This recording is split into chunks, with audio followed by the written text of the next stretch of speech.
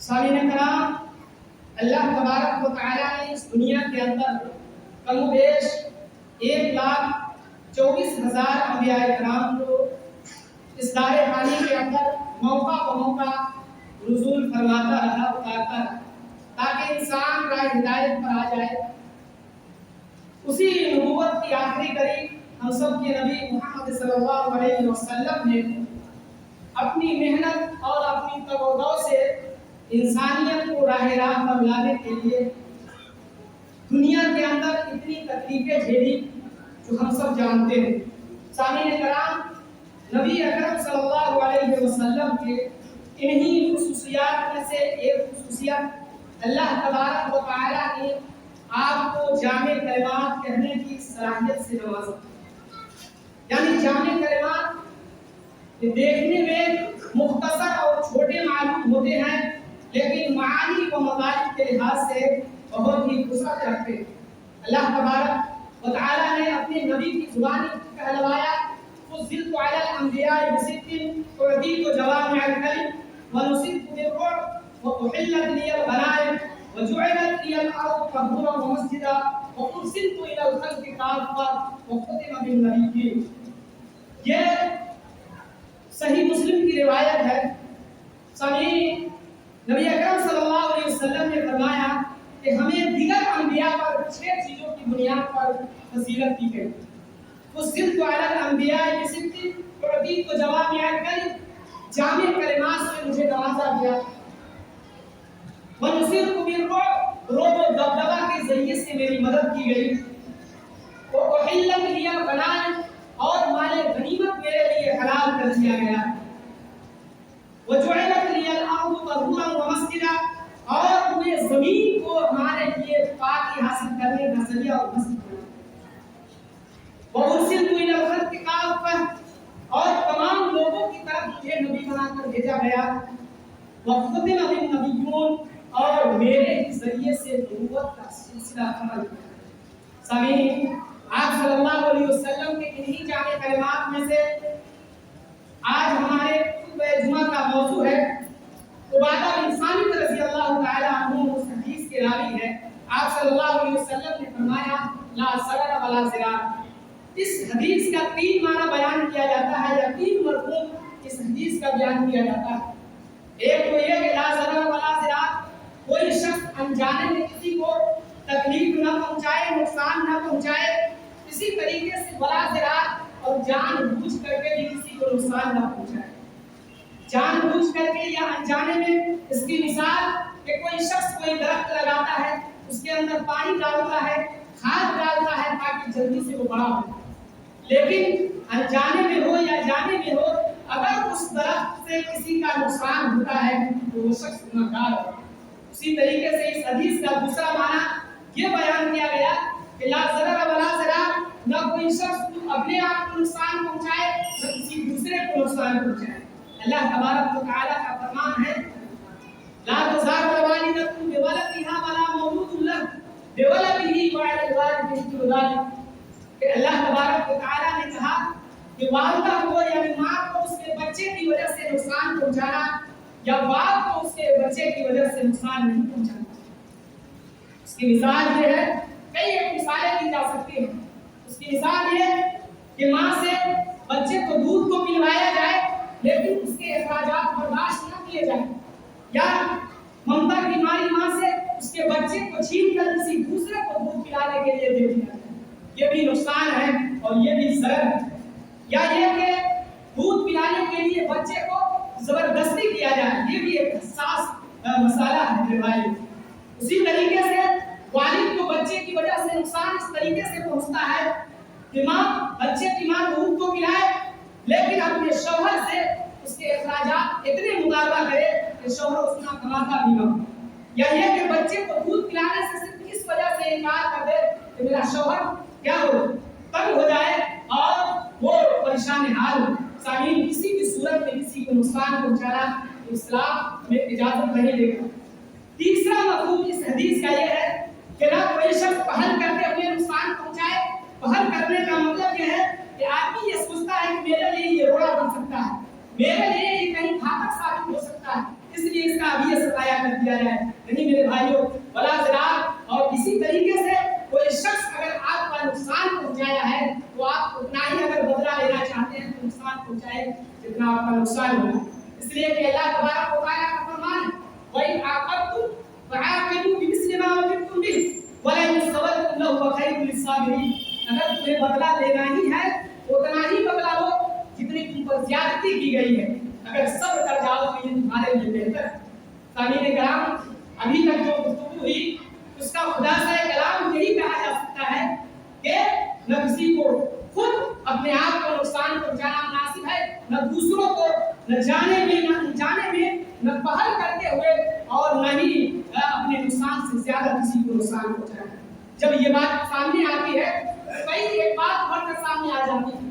ایک یہ کہ ایک مسلمان جب ایمان والا ہے تو اسے یہ چاہیے کہ اپنے لیے جو چیز پسند کرے اپنے بھائی کے لیے اس چیز کو پسند کرے، اور اپنے لیے جس چیز کو ناپسند کرتا ہو اپنے بھائی کے لیے بھی اس چیز کو ناپسند کرے. اس لیے کہ نبی اکرم صلی اللہ علیہ وسلم کا فرمان ہے لا یؤمن احدکم حتی یحب لاخیہ ما یحب لنفسہ، کہ تم میں سے کوئی شخص مومن ہو ہی نہیں سکتا جب تک کہ یہ اپنے بھائی کے لیے اس چیز کو پسند نہ کرے جو اپنے لیے پسند کرے. دوسرا یہ کہ ایک مسلمان کو دوسرے مسلمان کا خیرخواہ ہونا چاہیے. ایک مسلمان جب دوسرے مسلمان کا خیرخواہ ہوگا تو اس کا فائدہ یہ ہے کہ وہ اپنے مسلمان بھائی کے لیے برا نہیں سوچ سکتا.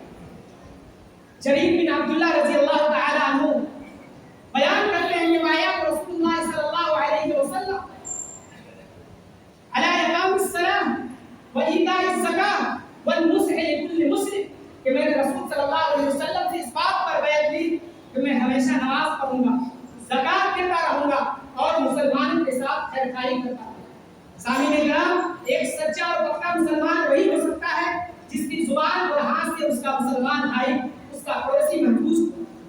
اس لیے کہ رسول اکرم صلی اللہ علیہ وسلم سے سوال کیا گیا کہ اللہ کے رسول سب سے افضل مسلمان کون ہے؟ بخاری شریف کی روایت. اللہ کے رسول نے کہا من سلم المسلمون من لسانه ويده، جس کی زبان اور ہاتھ سے دوسرے مسلمان محفوظ ہو. میرے بھائی آج معاشرے کے اندر نظر اٹھا کر کے دیکھیے کہ ایک پڑوسی دوسرے پڑوسی کو چین کی نیند نہیں لینے دیتا ہے. اپنی زبان سے اپنی ہاتھ سے اگر اسے جب زبان یعنی اللہ تبارک و تعالی نے اسے قوت گویائی میں رکھا تو وہ شخص اپنے معاشرے کے اندر اپنی زبان سے طرح طریقے سے ہر بار اختیار کر کے لوگوں کو پریشان کرتا ہے. یا اسی طریقے سے کوئی شخص معاشرے کے اندر چاہے وہ منصب والا ہے جسے اللہ تبارک و تعالی نے مال و دولت سے نوازا ہے، وہ اپنے زیر سائے جو لوگ رہتے ہیں ان کو کیڑے اور مکوڑے سمجھتے ہیں، اس کو ہیچ سمجھتے ہیں، ان کے نزدیک ہیچ ہو سکتے ہیں لیکن اللہ تبارک و تعالی کے نزدیک نہیں ہو سکتے. سامعین کرام، ایک شخص کسی کو نقصان اس طریقے سے بھی پہنچا دیتا ہے کہ اکیلے میں پہنچا دیے یا پورے جمع کبیر کے ساتھ کسی کو نقصان پہنچائے، کسی بھی صورت میں نقصان پہنچانا یہ جائز نہیں. اللہ تبارک و تعالی نے فرمایا لقد ارسلنا رسولنا بالبينات وانزلنا معهم الكتاب والميزان ليقوم الناس بالقسط، کہ ہم نے رسولوں کو بھیجا واضح دلائل دے کر کے اور ساتھ ہی کتاب اور میزان بھی تاکہ لوگ انصاف پائیں. سامعین کرام، یہ چیز آج معاشرے کے اندر دیکھنے کو اور سننے کو ملتی ہے لیکن برتنے والے کوئی لوگ نہیں ہوتے. اللہ کے رسول صلی اللہ علیہ وسلم اور اللہ تبارک و تعالی نے تو نماز کے لیے شرعی احکام میں بھی بندوں کے لیے ضرورت کو ناپسند کیا ہے. اللہ تبارک و تعالی نے نماز کے لیے وضو کو قرار دیا، لیکن اگر کوئی شخص بیمار ہے، مریض ہے، وہ کیا کرے گا؟ جبکہ نبی اکرم صلی اللہ علیہ وسلم کی پوری حدیث بھی ہے لا يقبل الله صلاة أحدكم إذا أحدث حتى يتوضأ، کہ جب تم میں سے کوئی شخص کا وضو ٹوٹ جائے تو اس کی نماز اللہ تبارک و تعالی اس وقت تک قبول نہیں کرتا جب تک کہ وہ وضو نہ کر لے. لیکن کوئی شخص مریض ہے، کوئی بیمار ہے، اس کے صحت کے لیے پانی مہلک اور ضرر ثابت ہو سکتا ہے تو وہ تیمم کر کے نماز پڑھ سکتا ہے. سامعین کرام، اسی طریقے سے اللہ تبارک و تعالی نے نماز کھڑے ہو کر پڑھنے کا حکم دیا ہے حافظوا علی الصلوات والصلاۃ الوسطی وقوموا للہ قانتین، کہ اپنے نمازوں کی حفاظت کرو، خصوصاً درمیانی نماز کی، اور اپنے رب کے سامنے ادب و احترام سے کھڑے رہو. سامعین، یہ شرعی احکام کے بھی اللہ تبارک و تعالی نے بندوں کو چھوٹ دیا. اب کوئی شخص بیمار ہے،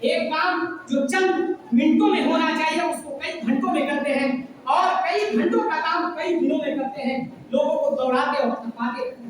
سامعین کرام، یہ نبی اکرم صلی اللہ علیہ وسلم نے یہ ہمیں نہیں سکھایا۔ اسی طریقے سے لوگ عام شاہراہوں پر بیٹھ کر ٹھٹا کرتے رہتے ہیں، جبکہ نبی اکرم صلی اللہ علیہ وسلم نے صحابہ کرام کو کہا یا الجلوس والطرقات کہ راستے پر بیٹھنے سے بچو۔ اللہ کے رسول نے جب یہ بات اپنی زبان سے نکالی، صحابہ کرام حیران ہو گئے، کہا اللہ کے رسول ہمیں راستے پر بیٹھنا ہمارے لیے نہایت ضروری ہے، اس طور پر کہ ہم دینی مسائل کے سلسلے میں تبادلہ خیال کرتے ہیں۔ اے اللہ کے رسول میرا بیٹھنا نہایت ضروری ہے۔ اللہ کے رسول نے کہا کہ جب اتنا بیٹھنا ضروری ہے تو راستے کا حق ادا کرو، وقصد البصر، اپنے نگاہ نیچی رکھو۔ آج ہم اپنے آپ کو دیکھیں، چوک چوراہوں اور ہوٹل کھانوں کے اندر اور کئی کھانوں کے اندر اگر بیٹھے ہوتے ہیں تو کیا ہماری نگاہیں نیچی ہوتی ہیں؟ نہیں، بلکہ ہم کسی کی بہو بیٹیوں کو ان ننگی آنکھوں سے گھور گھور کر دیکھتے ہیں۔ اور جبکہ اسلام نظر وجہ مار کیا، اچانک اگر نظر پڑ جائے کسی عورت یا لڑکی پر تو یہ معاف ہے، لیکن اس کے علاوہ اسلام اسے معاف نہیں قرار دیتا بلکہ آگ کا سرا ٹھہراتا ہے۔ سامعین کرام، اللہ کے رسول نے کہا وقصد البصر، نگاہیں نیچی رکھو، وکف الاذی، اور تکلیف نہ پہنچاؤ، ورد السلام، اور لوگوں کے سلام کا جواب دو۔ آج اگر چوک چراغ پر چند لوگ بیٹھے ہو، کسی سے کسی کی بنتی نہ ہو، سلام کر دیا تو وہ ولی میں کہے گا کیا ہے، اس کے سلام کا ہم جواب دیں گے۔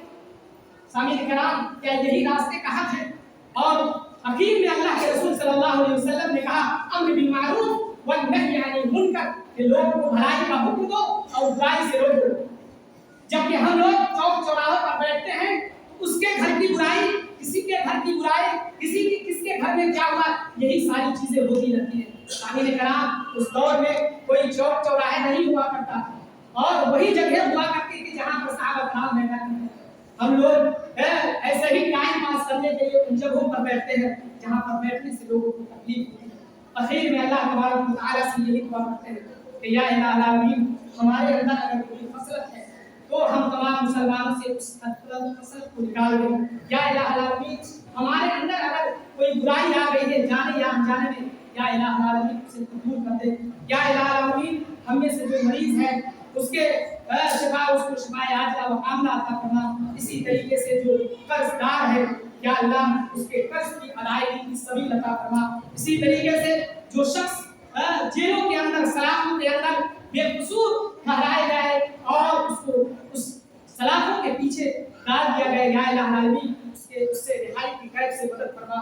اقول قولی ھذا استغفر اللہ لی ولکم ولسائر المسلمین واستغفروہ انہ هو الغفور